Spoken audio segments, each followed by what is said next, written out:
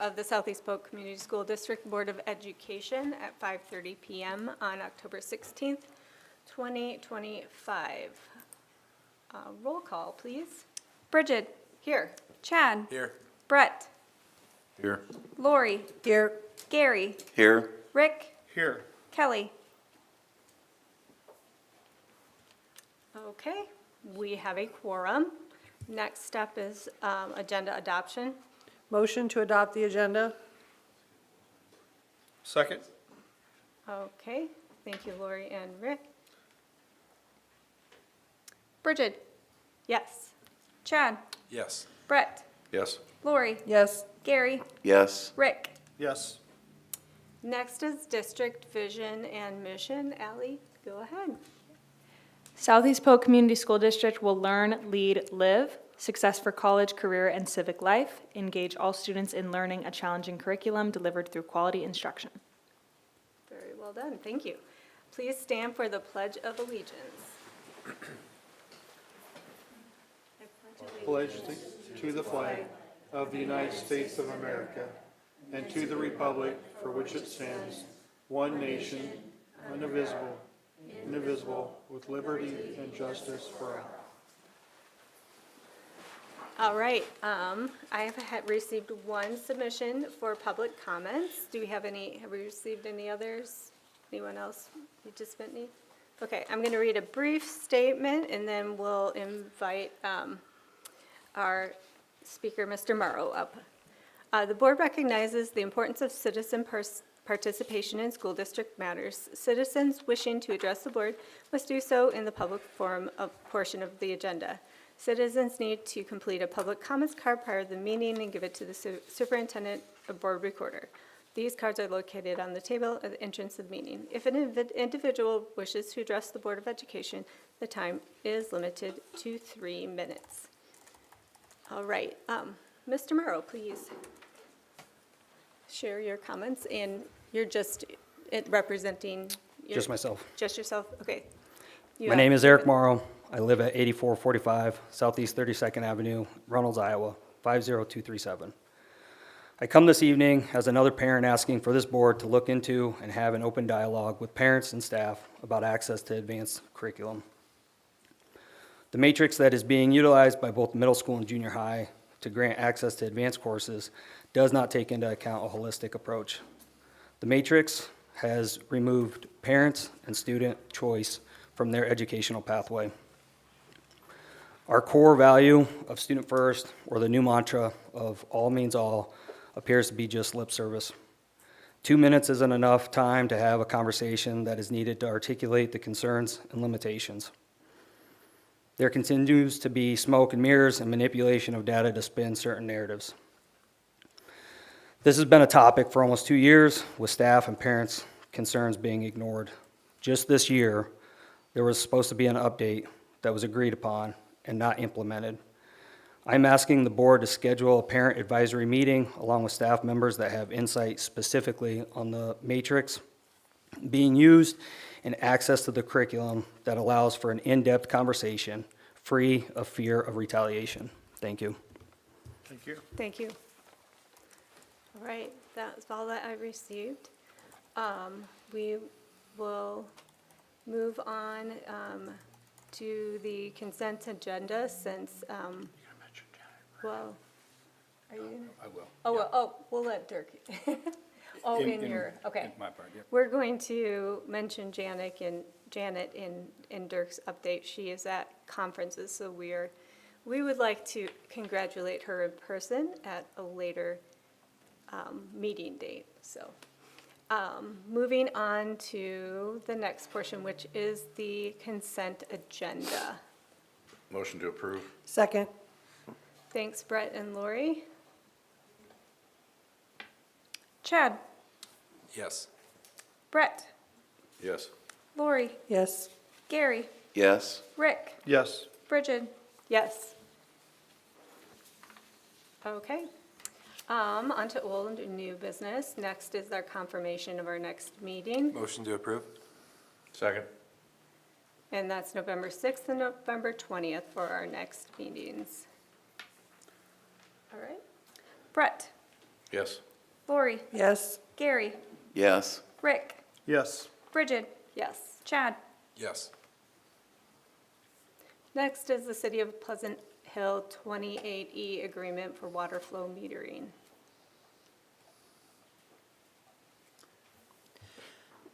Motion to approve the 28E agreement for water flow metering with the city of Pleasant Hill. Second. All right, thank you, Lori and Rick. Any questions? I do. I don't know if there's any answers, but I've got some questions. Do we know about what we're looking at here as far as costs? Maybe there's not a way of knowing that in advance, but have we ballparked it at all? I'm just wondering. We don't know just yet. Yeah, And- that's and kind of spooky. It is.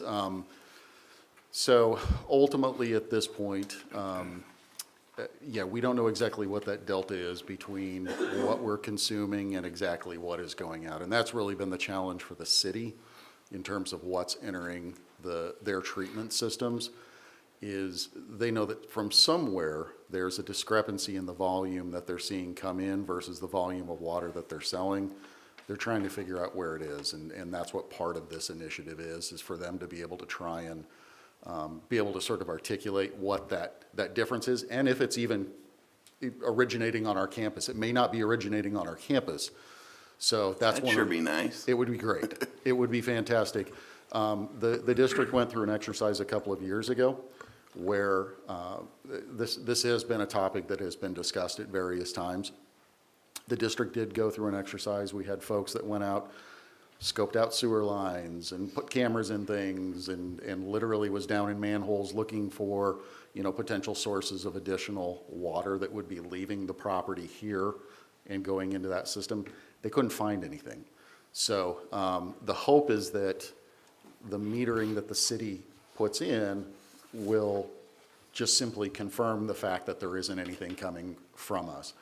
Now, the thing is if we do see any discrepancies or if we see anything that would indicate that there is additional groundwater, whatever it may be, that's actually getting into our sewer system and then discharging to the wastewater treatment facility, we would then have an opportunity to try and figure out what that specific source is and cut it off. Okay. That's some relief. When I saw this, I remember a few years ago, because when it came up then, I was nonplussed by it. I understand the city's perspective, but, but and I thought, okay, is this another one? But it sounds like, and I do know they were trying to figure out, where's this coming from? Right, yeah, and so this is sort of an extension of that previous work. Like I say, we're hoping that nothing shows up in their metering. The tough part is at this point, it's really speculation on both our part and the city's part without any sort of, analytical backing. Yeah, I see we've negotiated apparently a 50% cut the first year anyway, if we do have to pay on this. Correct, which, is all the more reason that if anything does show up in terms of discrepancies, we want to jump on it and get it taken care of. Yeah, so quickly. This would be something we would, I guess, and this is helpful to have this because a few years ago when it came up, I'm like, really? They're going to charge us when it rains? We're going to get a bill when it rains. Right. And I still feel like this is somewhat akin to that. I get it, they've got their system and you have to pay for that system. But I guess I'm relieved to hear that they did, because when I was on the board, they hadn't found the issue. I didn't hear that, oh, we're good, or at least we can't find it. We may not be good, I understand it. Right. And I get that this is a 28E agreement, but it's kind of like one of these, with a hostage video thing where we're agreeing, oh yeah, come on, and then it's a mutual, it only terminates on a mutual termination.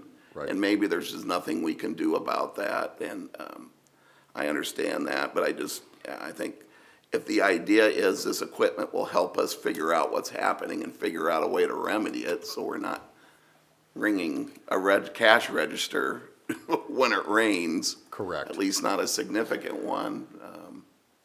Well, yeah, and we're, again, we're hoping we don't see anything in terms of And significant that's good to know volumes. that that's a potential at least. Exactly. And again, potential sources could be groundwater infiltration into the sewers.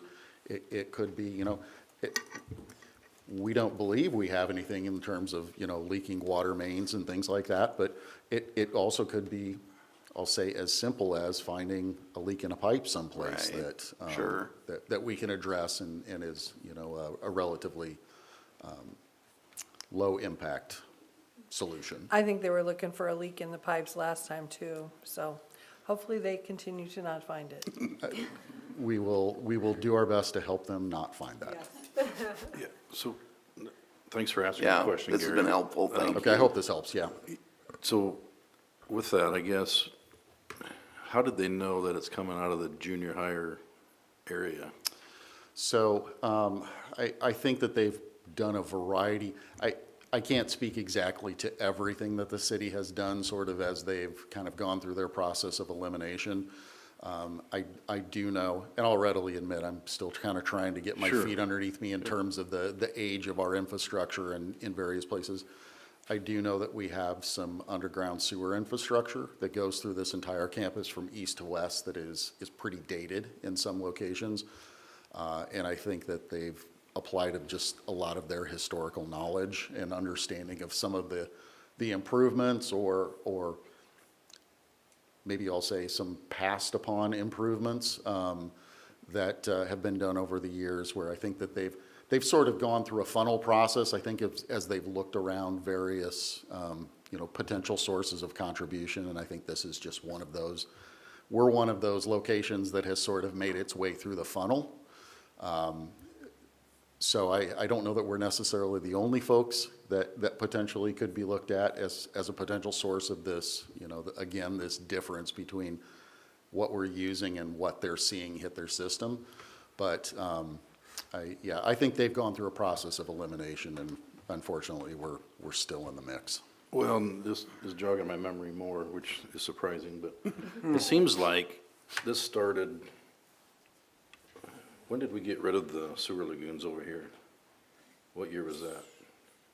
I can't say. Because it seems I like. think that is about right, I though. think That when we- this surfaced, Yeah, and we did some line work, I thought, I don't remember or that something part of it. in there when we capped it. I can't, anyway, They came here in 2020 and presented to us, and they had done some work back in 2016, so this has been going on for a long time. yeah, as I say, it's been, but anyway, I guess my thought is if they can't, have they been able to show us the documentation on what they're showing? Because I guess this is making me really think, like, maybe they should put the meter in without charging us first and then show us.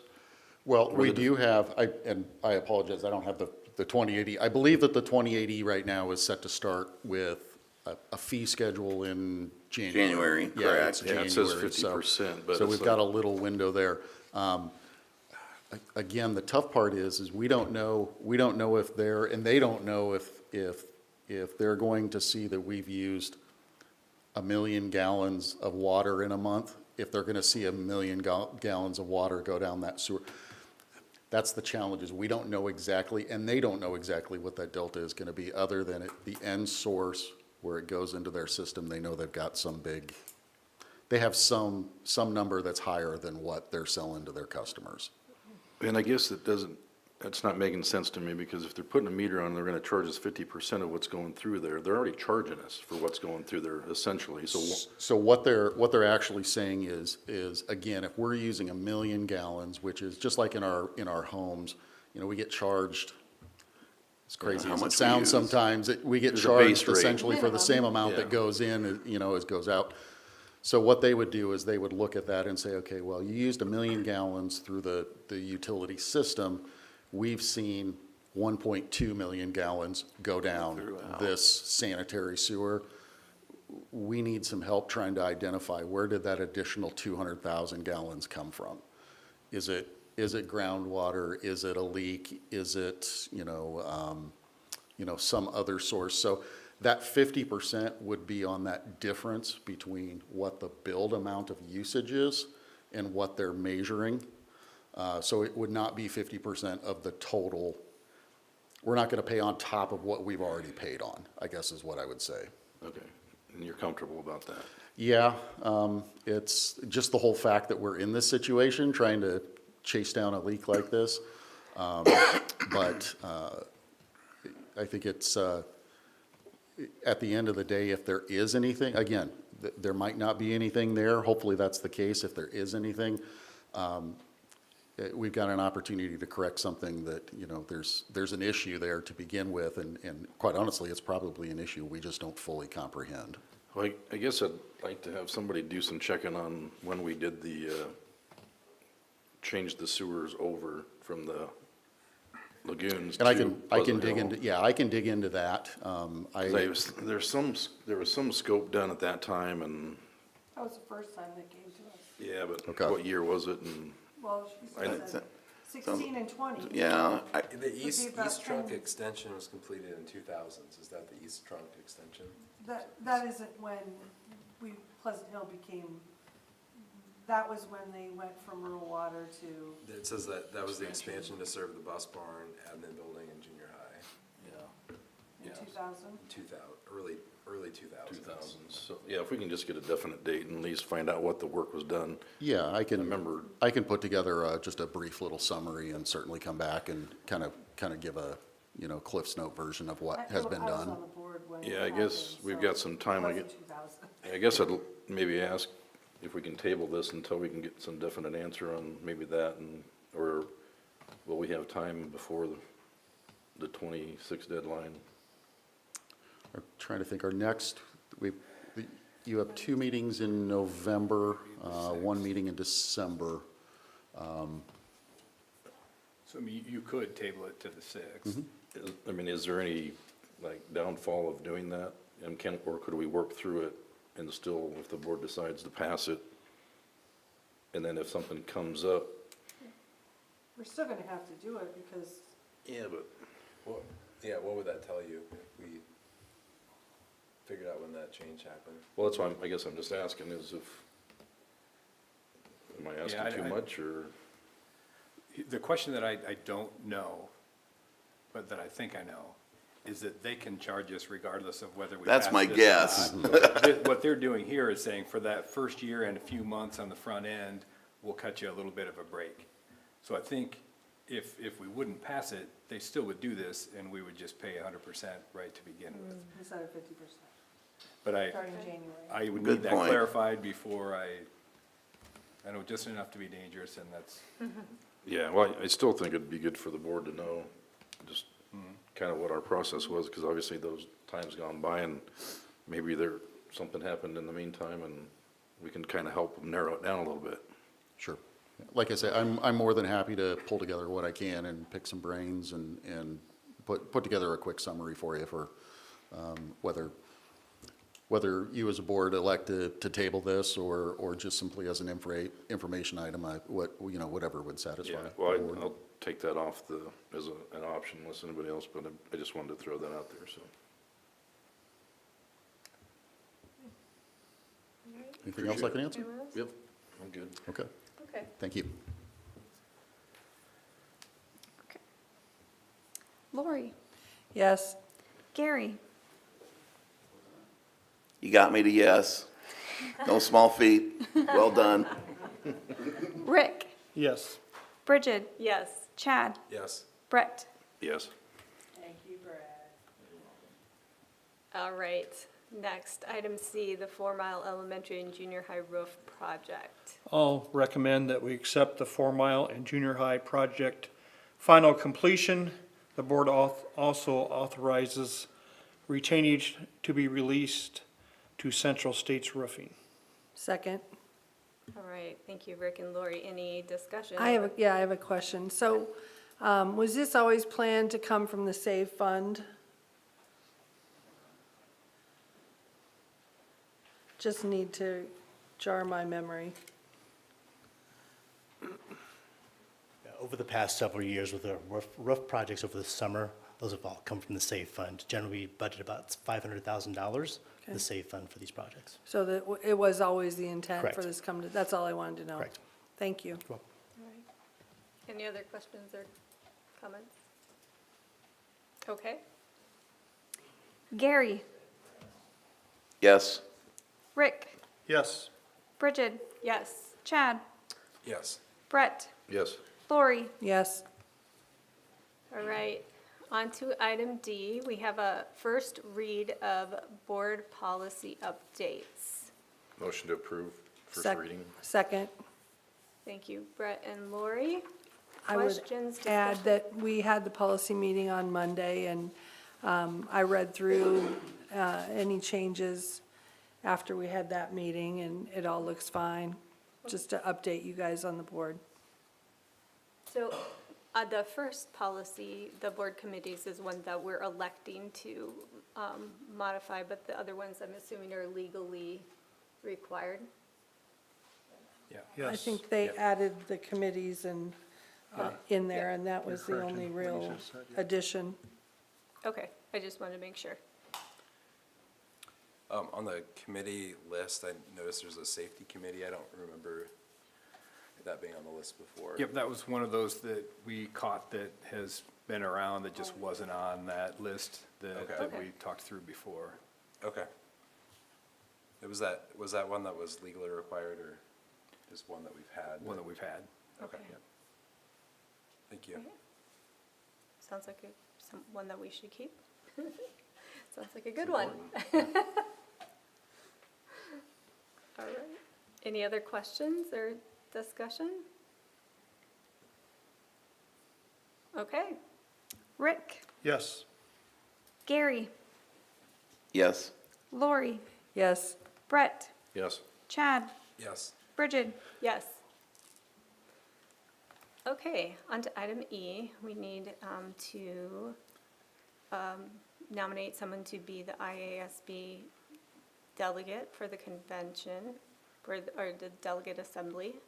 I nominate Kelly Simmons. I know she's not here, but she said at our last meeting that she'd be willing to do it. Second. All right, thank you. All right, and Kelly is absent because she is sick, but I think we can still go ahead and I approve hope it's that. happening. What? It's happening. It's happening. That's what happened. Don't show up.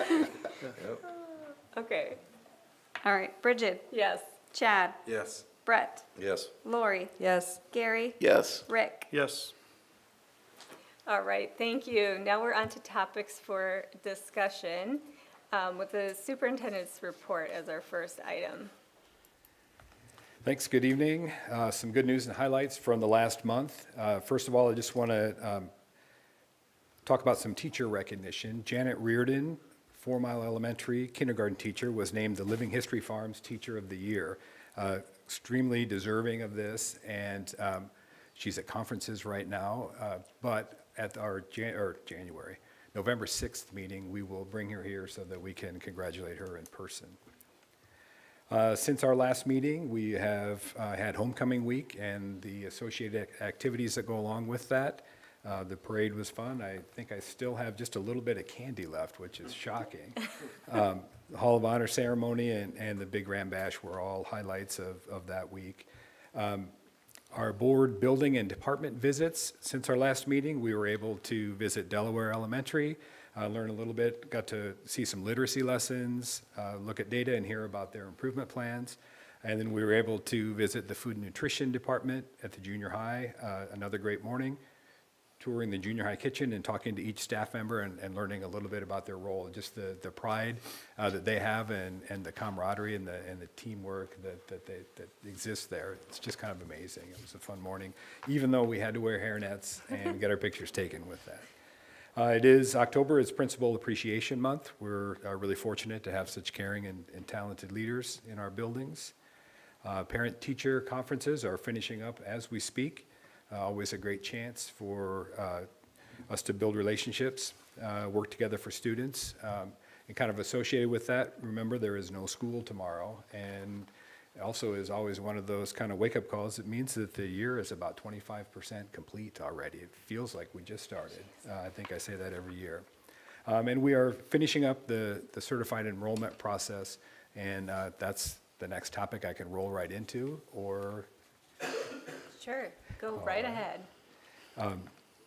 Yesterday was the official deadline for us to complete our portion of certified enrollment. And remember, this is just the process where we count all of the students that live within our residence boundary areas, and it eventually drives our funding. So any changes between now and November 1st have to be made by the Department of Education, and there are changes that are happening every day. And then after November 1st, only the auditors can make any changes from there.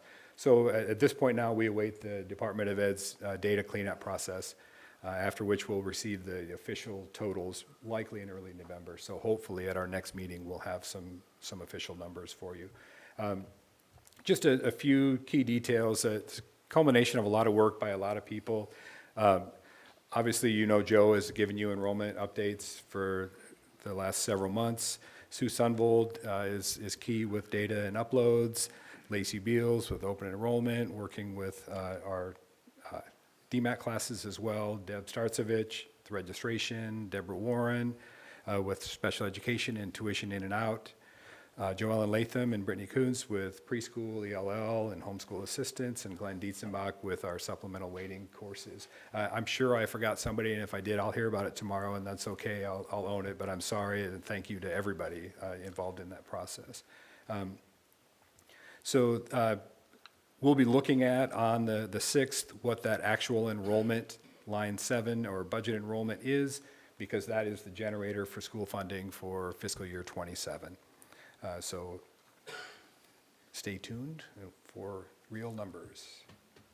Happy to take any questions. I would just like to say, I would like to congratulate the Southeast Polk boys golf team for finishing 10th earlier this week. They, a very young team. I think they're probably the youngest team that qualified. And they were 24th when the season started, and then they dropped out of the rankings for a while. But they came back strong and finished 18th. But then they qualified as one of the 12 that made it to state. And even though they had to play one day in the rain, they finished 10th. And I think for as young as they are, it's just a great accomplishment. Yep, totally agree. And I purposely left them off. It was Oh, on a you flight. were- Sorry, Jason is following me here tonight, and I didn't want Sorry, to steal Jason. his thunder, so.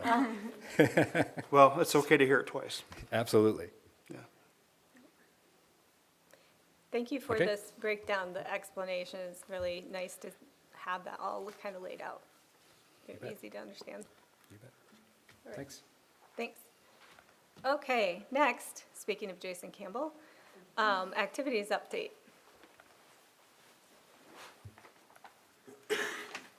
Good evening. I just wanted to go through a couple of items here in terms of information I would like to share with the board for the fall of 2025. I have some of them listed there. For those of you who don't know, Jessica Braunschwig Norris, on behalf of the Booster Club, submitted a grant to fund a new timing system for our pool. That grant was awarded in the amount of $30,000. It took a little bit, but it all arrived. We got it installed. We've got trained, so we're using that system now, and that's fantastic. The other one served us well for a long time, and we're hoping to get similar mileage out of this one. It's an Omega timing system. The people that came and trained us work all the Olympic events, so hopefully we got their knowledge base. But really appreciate Jessica doing that on behalf of the Booster Club. Charlie Bogwell, on behalf of the Booster Club, submitted a grant for signage for the stadium to recognize the four-time state championship football teams. He received that grant and been working with Coach Zelinovich and Schneider Graphics on the design. Brad's a little busy at the moment, so getting that finalized is a little bit off, but we hope to have that installed at the multipurpose stadium shortly. Driving in, most of you probably saw that the baseball, softball field improvements are moving forward. Really excited about those and appreciate the communication that we've received for the contractor that's been doing that. Every day I get an emailed update with pictures and an explanation of what they've been doing. So that's been going well, and I know people are really excited about that, so thank you. As you're probably aware, the cross-country course was disturbed again, this time by infrastructure work by Pleasant Hill. The rehabbing of the disturbed area didn't occur like we had hoped. I do want to recognize Mr. Berger and his staff for their communication with us and the development of a plan, and also just working collaboratively with me and those coaches. We try to keep an eye on it. I do feel like it's in a much better position right now, but I also feel very good about a plan we have moving forward in working with his staff and our staff to get that back to where it was. We still were able to have our home meets this year, but we're looking forward to next year when hopefully the course is in much better condition. Probably the biggest thing that my department or office has been involved in is the integration of Bound in nearly every area of activities, from ticketing to athletic registration to communication to scheduling and to advertising on behalf of the Booster Club. So most ADs, in particular in Iowa and probably most places, used an entirely different system, at least I have for the past 12 years, called Our School, to do scheduling, and that's how contracts and officials and all of that has worked. Slowly behind the scenes, probably for about the past 6 years, there's an Iowa company based out of Ames called Bound. It used to be something else. I can't remember. They changed their name, and they continued to grow. We had a lot of discussions with them when they were just starting up about what we would like to see. And a lot of what we were doing was occurring in different kind of software that didn't talk to each other, be that, ticketing, scheduling, communications. We want it housed all under one roof, and they've built that system. Is it perfect? Absolutely not. Is it moving in the right direction? I hope so. Is it better for our parents moving forward? I hope so, just because everything is there. The ticketing, I will tell you, is much simpler and easier for people to buy the tickets and to get through, so that's been one positive. Like everything, there's some hiccups, but this has been a monumental amount of work. In particular, Krista Girth in my office has spearheaded a lot of this work, and she's done a great job. So that's a lot of what's been going on in our office over the past, I think July 1 is when we flipped the switch to Bound.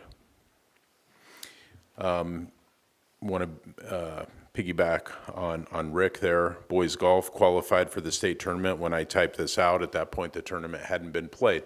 Again, sometimes the most satisfying occurrences like this are when nobody necessarily expects it. I'm not saying the coaches didn't believe in him and the players didn't believe, but by and large they would have been considered outsiders and underdogs. So to have them kind of knock off some of the big schools, and we were able to host it at Copper. I'm sure I talked to Scott this morning, had to be very satisfying. And then to go into the state meet and their goal was to finish in the top 10, and they did that. And that's quite an accomplishment, as Rick alluded to, the age and just the inexperience, and where they just came out of nowhere and got better as the year went on. So hats off to them. The last thing I did there was kind of listed out some 9-12 participants in our fall activities, just so you can kind of see some numbers there. Overall, one big change this year is girls tennis. If you didn't know, moved to the fall this year. It has always been traditionally in the spring, so that was a pretty big change. The other thing I just mention off the cuff, I don't know all the senior numbers, but I know I was at volleyball and senior night, and I just want to say it's great to see that many kids that are seniors as part of our volleyball program. I just think that says something about who Jess is as a person and what she does for those kids, because we had a lot of senior volleyball players, and I know we're going to have a lot of seniors we recognize tomorrow night between band, rhythmettes, cheer, and football, and I just think that says a lot, kids that stick it out all the way through. So, any questions? I have a question. The two grants, where did those come from, Prairie Meadows, or where did they come from, the funds? I knew I might get asked that, and I'm trying to remember off the top of my head. No So pressure. Jess Brunswick Norris, that was a Prairie Meadows, and then Charlie's was a Polk County Betterment Grant. I think that's awesome that we get those grants. I'm curious, are there more applications going out to update the scoreboard piece of that? Because I understand that it's not quite as up to date with some of it. There is. I talked to, well, I mean, I've been talking to Jessica quite a bit here and this has been an ongoing discussion between the timing system and the video board. And so anyway, long story short, that they're going to submit a meta grant for replacement of the video board. Fantastic. So the numbers at the bottom, there's like 52/48. That's from, sorry, I should have clarified. The first number is what we have now, so I put those in green, meaning there's more this year than there was the previous year. Okay, so like football, there's 190 versus 160. That's correct. That's what we pulled off the rosters anyway. And marching band's up quite a bit too, so that's good participation. It is. Overall, it's a net positive. About the cross-country course, Yep. so Pleasant Hill did infrastructure work. Oh, sorry, I'm not on. Did infrastructure work and disturbed the course, and then it wasn't rehabbed as we expected it to be. Is that something that Pleasant Hill is paying for or helping to pay for with the plan that you guys have put in place? Dave's still here.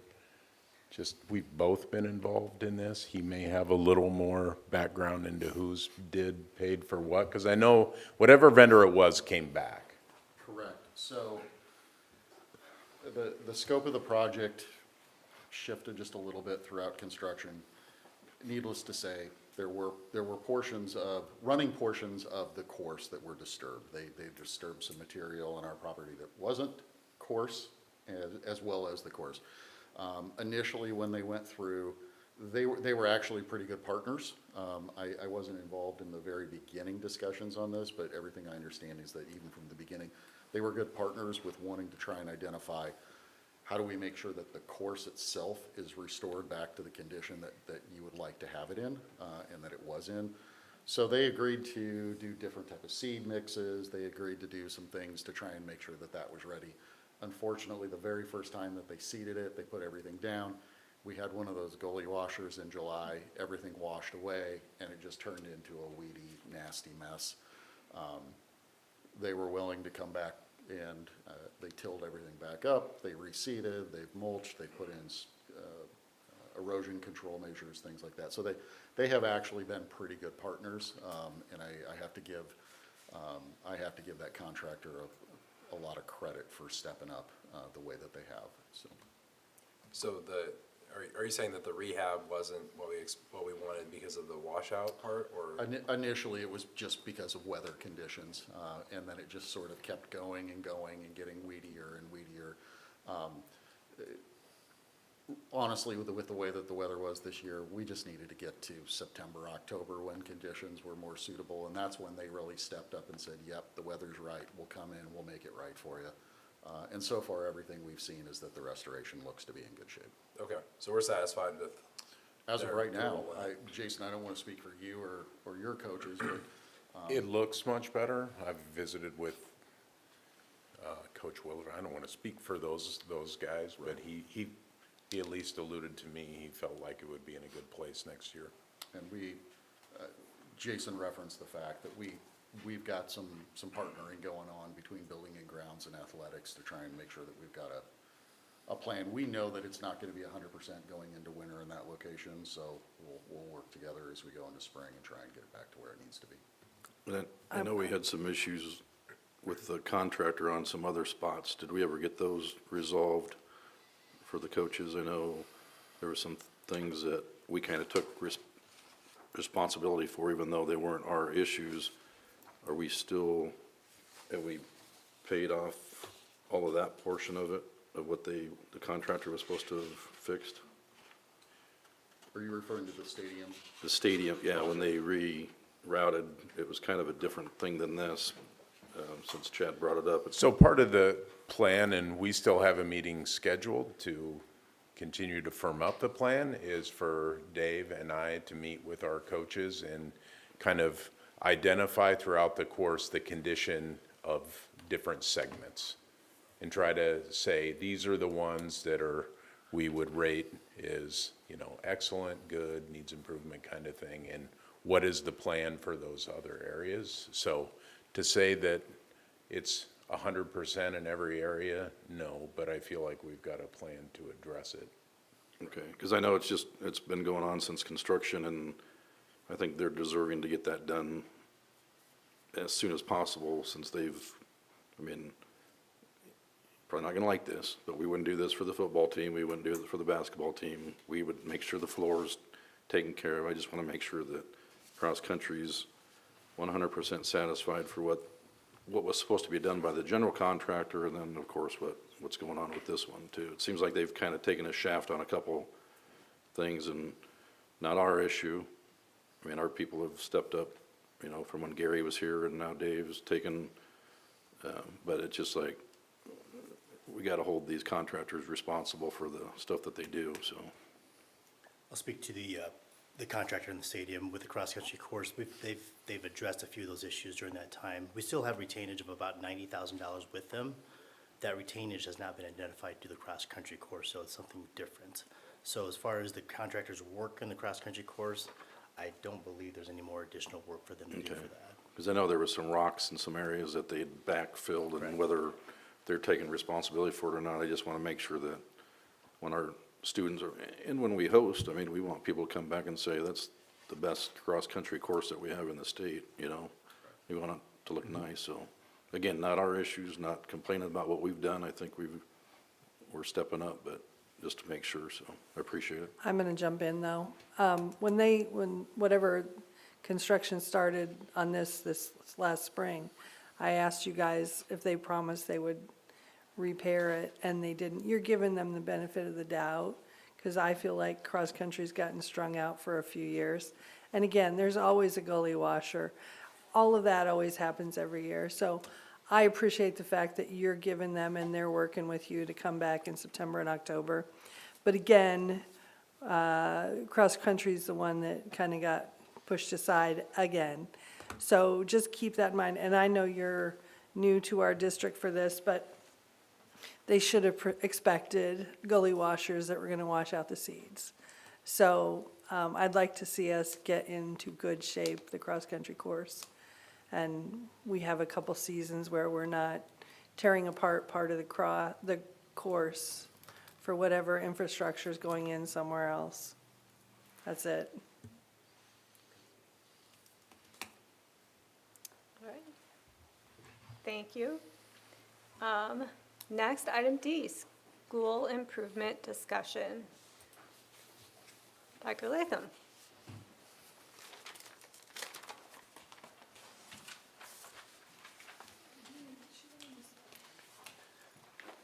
Good evening, board. Up here.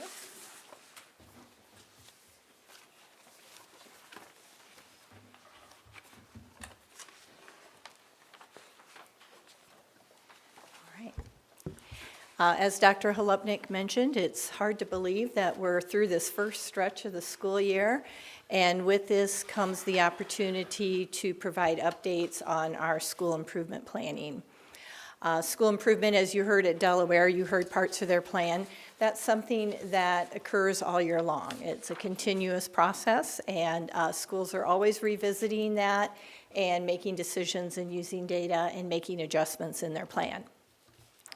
You will have the elementary schools here on, check my notes, November 20th, and the secondary schools will be here on December 11th to present their plans.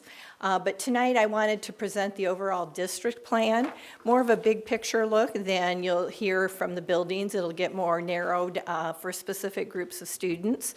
But I wanted to share the district plan and the summary of that plan with you tonight. So when we share the plans from the buildings, we usually start by setting a little bit of context about the building. So this is the district information, and as was mentioned tonight, this is not yet certified numbers. These were numbers I pulled 2 weeks ago when I put this together, so that was on one day. But these are not the certified numbers, and that also includes preschool in there as well. So we have the preschool numbers. We have the numbers of staff there, both certified, classified, and administrative. And then you can see our demographics there represented as well. The celebrations of the data, I know, are a little bit hard to read up there, but these are some of the celebrations we like to start out before we look at our plans for the upcoming year and make sure we take time to celebrate the growth that we made prior to that. So on the left-hand side of your booklet, you can see some of the elementary celebrations, and it was a really nice year of growth. We saw a lot of good growth at every grade level, and some of that growth was in double digits and fairly significant. One of our biggest celebrations as a district was improved attendance. And I like sharing this particular one because everyone contributes. From the school board to the administrators, to the teachers, to the cooks, to the bus drivers, to buildings and grounds, to parents, to community. Everyone helped contribute to that. And you can see, like many districts in 21-22, our chronic absenteeism nearly hit 30%. We just about doubled to 29%, and we were chipping away at it. And for this year, or for this last year, 24-25, we were hoping to get below that 20% number, and we came in at 14%. So that was a huge celebration, and the staff worked really hard to support students and families on coming to school each day. So now if you go to the next page, it moves into the school improvement process. And all buildings look in the same way that we look at 3 areas. We look at goals, and that represents where we're going. We look at strategies and practices, and that's the what. What are those evidence-based practices that have the best chance to get us towards our goal? And then the action steps are the how, and what will that implementation look like? I shared with you a couple of meetings ago that all of our teacher leaders, our model teachers, and our instructional coaches participate on task forces. And the task forces are aligned to our district goals. So over there on the left-hand side, those are the task force goals that each of the task force has written for this upcoming year. Last year, we really focused on learning about our area. This year, our focus is on implementation. So you can see each of the task forces line up with one of the district improvement goals that you see on the chart in the middle. So the goals are the where we're going, and then the what works. That's what we spent a lot of time studying last year. So you can look at each of the task force areas, and these are the recommendations that the task force has made, that these would be effective practices to implement at the building level. So you can see for English language arts, math and science, the academic core. Then you can see the practices for early literacy. And I know a lot of those practices you've seen when you've been out at board visits at elementary schools. You can see the information for emergent bilinguals, college and career readiness, as well as climate and culture. On the last page, oops, I forgot to hit that one. There we go. On the last page, as we look at the what, the task forces are each identifying actions, and those actions might be done at the PLC level, the subject level, the grade level, or the building level. And on the back page, you're going to see some of the supports that are in place for buildings as they put their school improvement plans together. So we do have an updated instructional playbook this year. That was put together by instructional coaches maybe 8 years ago, and we made some updates to it this summer. And you can see these are the 5 areas that we strive to have in all core instruction. So welcoming students at the door, that's the social emotional piece of that. The communication of clear learning targets, providing access and scaffolds to grade level content, modeling the expert thinking, and checking for student understanding. So information on those strategies and how to implement that are in the playbook. I mentioned the task forces that we are in year 2 on implementing practices. And then we also have the task force report, and that's the work that was done last year, and those are the recommendations and the evidence-based practices that came from the teacher leaders. As well as we have shared, as we've moved across into the school year, we had over 240 teachers attend the All Means All Institute last summer. And so we are taking opportunities to continue to build that capacity and put that work into practice as we continue to grow and learn with students. So that is an overview picture of the district school improvement plan. As I mentioned, on November 20th, all 8 elementary buildings will be here, and they will have a similar format. They'll share their celebrations and the demographics of their building. They'll share their goals, what practices they're putting into place, and how they're making that happen. And then on December 11th, we'll have the middle school, junior high, and high school will be here to share their plans with you as well. So what questions do you have about the school improvement process or about the district overview? I guess, I don't know how to say this. I just don't see anything in this plan about what really needs to be addressed about our kids in 9th grade getting the opportunities that they need to get by taking advanced classes. And I don't know how you can have an improvement plan that doesn't address that. I won't be here on December 6th when the junior high is here, unfortunately. Maybe I should come and sit in the audience, but. Well, we would welcome that. Yeah. We will have some more specific data on what those plans and pathways are when we look at the junior high and high school. It just seems like there's a lot of things not being addressed. Okay. And, you know, all these bar graphs and things are nice, but what about the opportunities for our kids to take classes? I'm happy to share more information in that regard. And also the 5th grade kids. Okay. So with the, with the building level goals, they'll fall in the same categories, is that correct? So, if I remember right, so they'll come in with an early literacy goal, academic core. Yes, the elementary schools will have early literacy, academic core, and climate and culture. And then the secondary will have academic core, college and career readiness, and climate and culture. Okay. So they won't have the early literacy, Right. but they'll have the college and career readiness. So that'll roll up to the overall district level goals that you Yes. set. Mm-hmm. You said this is the second year with kind of a 3-year process? Yes. So last year, the focus was on learning in each of their areas, and the task forces pretty much remain the same. We have some new model teachers, but they stayed in the same task force that they were in. And so this year is really focused on implementing practices. Year 3, we will be looking at the impact on students. Okay, so it's kind of a 3-year term for most of those people, so they go all the way through planning, implementing. Yes, assessing. and then evaluating impact, yes. Okay, thank you. When that 3 years is up, do you start the process over again? Well, we'll look at our data and see what that looks like, but the intention is that we would continue with that model because we've had some really good success with that. Other questions or comments? I have a unique perspective because I was plugged in deep 4 years ago and then frankly unplugged. And so I was curious whether in my short few meetings here, I'd get some information to kind of say, because, we were doing really good, I thought. I mean, we did all these changes, implemented all these things, and we were so focused on academic achievement and things were improving. Yes. And then COVID came. Yeah.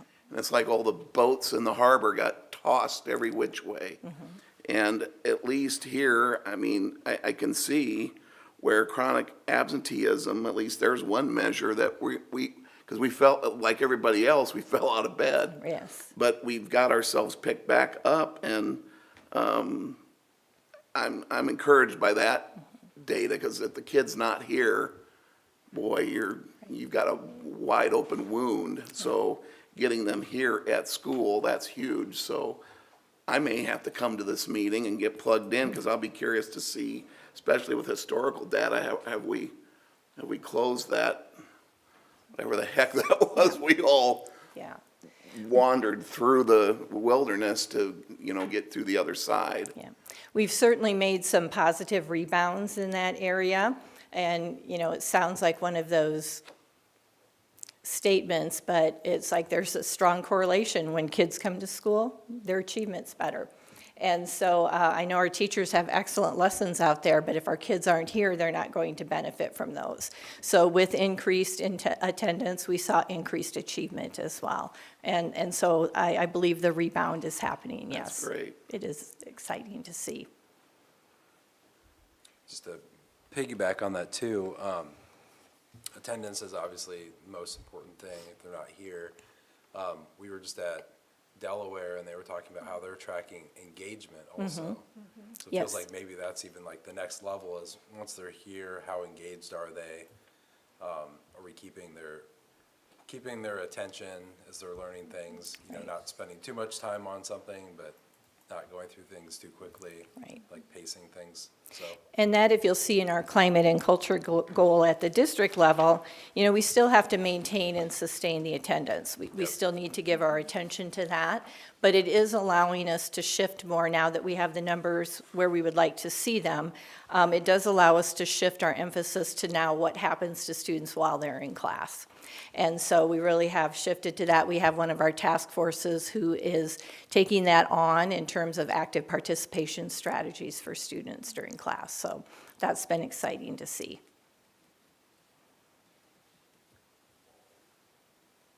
Look forward to hearing from the schools.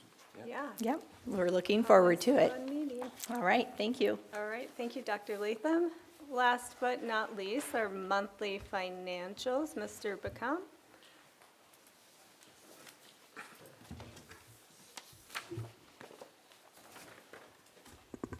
Good evening, Board. You have the monthly financials through the month of September for this year. Just a few points here. Revenues are down 5.9% relative to last year. Our general fund budget this year is $108.5 million. I don't think we've collected as much property taxes through September as we did last year, so hopefully we'll see that rebound in October. The AEA flow-through, we had some clarification just today here from the Department of Education how to account for those things. The AEA flow-through is a bit of a wacky accounting of it this year, so we will see that differently come October as far as recording 100% of the money we get, sending 90% to the AEA, retaining 10% in different buckets here on this report. As far as local donations, skills trade building was the big one last year. So expenditures were up 2.7% for expenditures relative to budget. Last year, personnel costs are about 5.1% this year. We had solution trees over the summer this past year. That's why we see a sharp decline in our instructional function. And just to let you know, our water spent last year was about $250,000. So as we talk about some of those things we talked about earlier, $250,000 relative to the $108 million budget. District-wide for 12 months was? 250,000, roughly, yep. All funds revenues down 9.5%, again, the property taxes. A weird one here this year for coming through the Department of Health and Human Services. We receive reports from them around this time, or typically prior to this time, for what we call direct certifications. That's when we are identified by families, by students who may be free and reduced. We haven't received those reports yet this year. So it trails to how we claim as well. So that's why you're seeing kind of a shortage of revenue. We haven't been able to claim for those people, those meals, because we don't have that information yet from direct cert. So those, hopefully we'll get those here this month to be able to make our claims for September and October up to date and more relational with our prior year. And you're attributing that 9.5% decrease, that's part of that? That's part of that, along with the Okay. property taxes being the biggest chunk, yes. Okay. Expenditures are down 5.2%. By functional area, insurance payments for property casualty insurance and workers' comp, we have that right now in the instruction function. We're going to allocate those out as we typically would. This year through September, we didn't do that yet, so that's about $2.7 million spread out. That'll look better October-wise, being in certain function areas. And then capital projects, obviously, there's a reduction in those projects this year, having finished the building here, and then moving forward with the other projects coming up here, including the baseball, softball project and the transportation building. A few other items from us from the business office. We have auditors will be coming in November here to start their field audit work, and I'd be remiss if I didn't mention that the next time we meet here as a board, we will have seen the vote come and go for the November 4th items, including the bond referendum. So hopefully, I don't know if we'll have official results by the 6th, but we should have a pretty good idea of where we sit with that. Any questions regarding the financial reports through September? Mr. Fisher? I look at them carefully. My favorite part. I was curious, I noticed that the student activity fees increased by 44%. Just curious as to what that was. 49,000.